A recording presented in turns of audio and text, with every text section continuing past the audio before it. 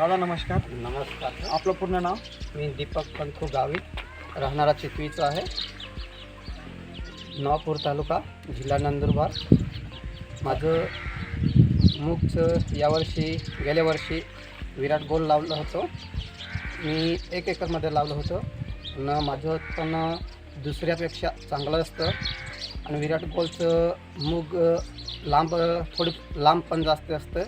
आणि त्याचं पिवळं पानं एवढं ते रोग पण त्यावर येत नाही, ते चांगलं असतं. म्हणून मी आजूबाजूला त्यांना पण सांगतो की विराट गोलचे हे बियाणं पेरणी करा, कारण त्याचे उत्पन्न चांगलं असतं. म्हणून माझं यावर्षी पण विराट गोल ते लावणार आहे. आणि दुसऱ्यांना पण विनंती आहे की बुवा विराट गोलचं ते बियाणं वापर करा, कारण की त्यांच्यामध्ये जो फायदा आहे तो सर्वांनी घ्यावा असं माझी विनंती आहे. तर दादा त्यात कुठला पिवळापणा वगैरे तुम्हाला आला होता का? नाही, पिवळा पान वगैरे काही येत नव्हतं. मग ते एकदम निरोग असते.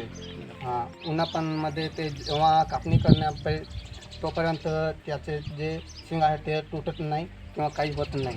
बरोबर.